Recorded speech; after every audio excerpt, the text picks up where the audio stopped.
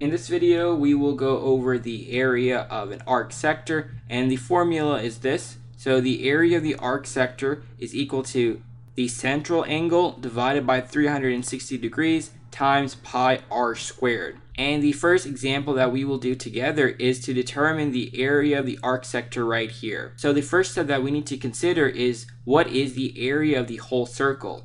And that's going to be pi r squared. So the area of the whole circle is pi times 4 squared, and so we would get 16 pi centimeters squared. But we only have part of a circle. This is the only part that we have, which is 45 degrees. And the whole circle is 360 degrees. And so we would get 45 divided by 360 times 16 pi.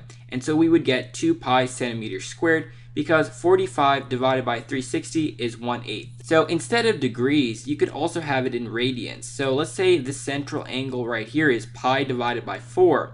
We know for a whole circle, it's going to be 2 pi. So it's the same idea. You do pi divided by 4 divided by 2 pi, which is equal to 1/8. And so your answer would be 2 pi centimeters squared.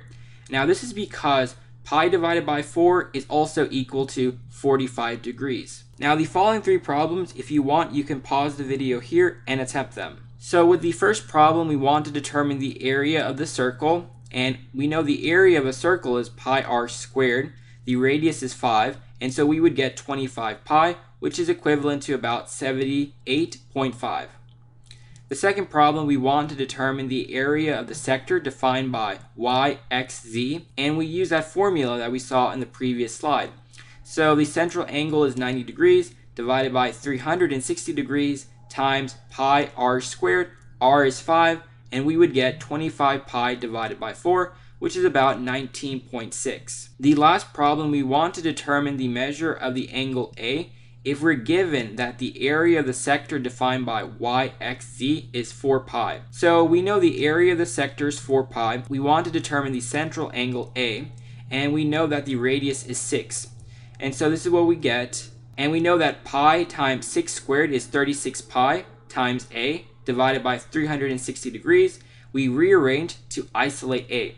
So A is equal to 4 pi times 360 degrees divided by 36 pi, and we would get 40 degrees. And that's all we need to do for these three problems.